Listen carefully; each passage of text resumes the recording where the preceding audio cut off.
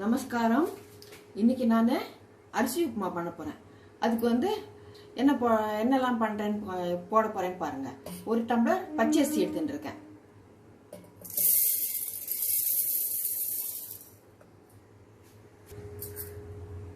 மிளகு,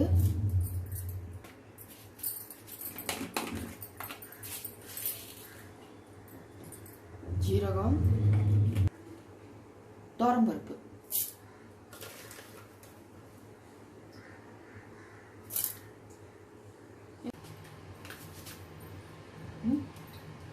அரிசி உப்புமா பண்ணுறதுக்கு தேவையான பொருள் இப்போ காமிச்சேன். ஒரு டம்ளர் பச்சரிசி, இவ்வளோ தோரம்பருப்பு, மிளகு, ஜீரகம் கொஞ்சம் கொஞ்சம். இதை வந்து மிக்சியில் ரவையாக அரைச்சின்னு வந்துடுறேன். அரிசி உப்புமாவுக்கு மிக்சியில் அரைச்சின்னு வந்துட்டேன். இந்த மாதிரி பொடி ரவையாக இருந்திருந்தாக்க பண்ணுறதுக்கு நல்லாயிருக்கும். இதை வந்து இனிமேல் தான் பண்ண போகிறேன். எப்படின்னு காமிக்கிறேன். இந்த உப்புமாவுக்கு இந்த அரை மூடி தேங்காய் வேணும். இதை துருவிட்டு பண்ணணும். அடுப்பு பற்ற வச்சு அரிசி உப்புமாவுக்கு அடுப்பு பற்ற வச்சு இல்பச்சட்டி போட்டிருக்கேன்.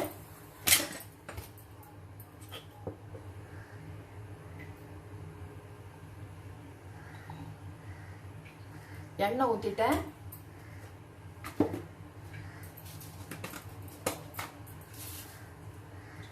கடுகு போடுறேன்.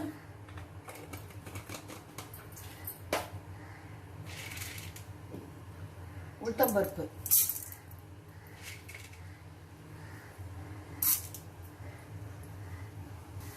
மிளகா வத்தல் போடுறேன்.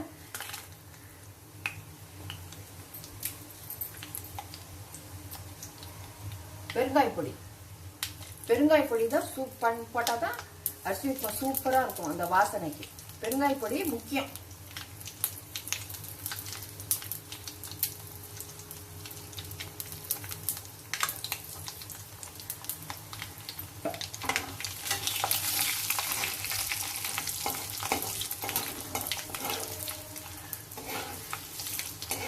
உப்புமாக்கு தேவையான தண்ணி ஊத்துறேன். இதுல கடுகு வெடிச்சுட்டு நான் கொஞ்சம் குழசலா பண்றதுனால கொஞ்சம் ஜாஸ்தி ஊத்துறேன். நீங்க கொஞ்சம் உதிரியா வேணும்னா ஒரு டம்ளர் அரிசிக்கு 2.5 2.25 ஊத்துங்க. நான் வந்து 3 ஊத்துறதுனால கொஞ்சம் நல்லா குழசலா இருக்கும். எனக்கு குழசலா பிடிக்கிறதுனால நான் கொஞ்சம் தண்ணி ஜாஸ்தி ஊத்துறேன்.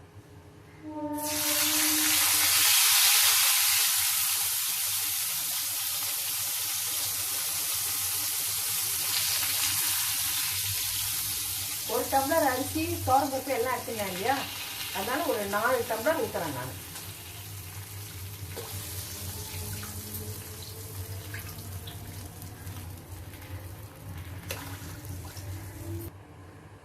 அரிசி உப்புமாக்கு தேவையான உப்பு போடுறேன்.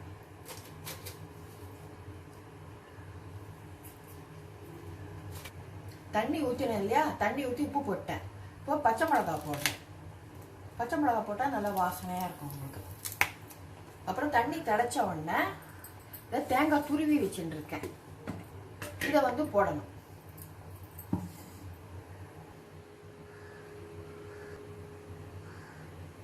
தண்ணி கொதிக்க ஆரம்பிச்சிருது. இப்போ வந்து தேங்காய் துருவினதை வந்து போடுறேன்.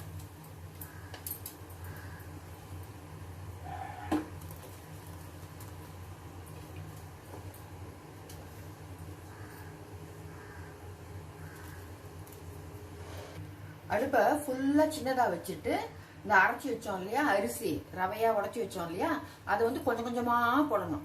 இல்லாட்டா அப்படியே கட்டி தட்டி போயிடும். கொஞ்சம் கொஞ்சமா போட்டு கலரி விடணும்.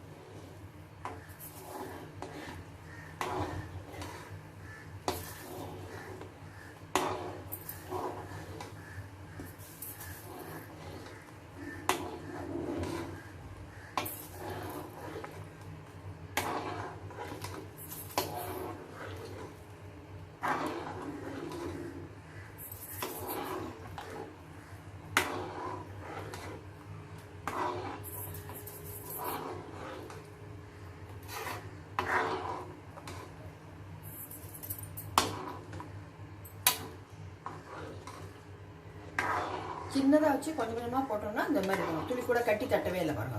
பெருசாக வச்சு போட்டிங்கன்னா அப்படியே வந்து கட்டி ஆயிடும். மாவு கொஞ்சம் பெருசா வச்சிருக்கேன், அப்பப்போ கிளறி விட்டுட்டு இருக்கேன். வெந்துன்னு இருக்கு.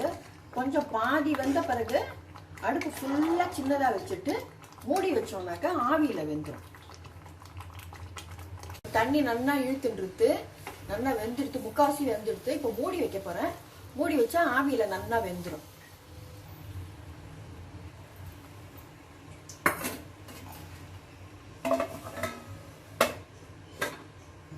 மூடி வச்சா இல்லையா, திறக்க போறேன்.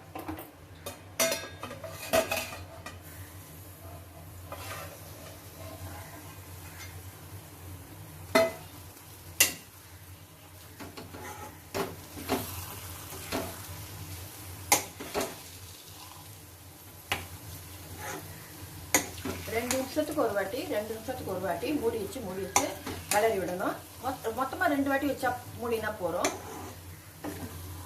இப்ப நல்லா வெந்துடுத்து உங்களுக்கு. இன்னும் 2 நிமிஷம் வைக்க.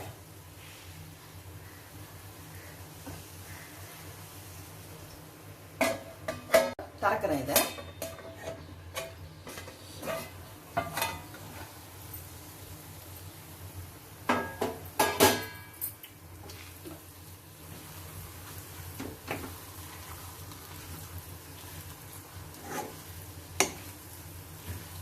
இப்போ நல்லா வெந்துடுத்து, அரிசி உப்புமா ரெடி ஆயிடுது.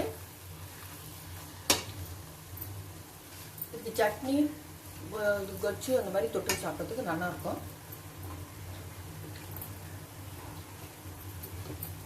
கொஞ்சோண்டு எண்ணெய் விடுறேன்.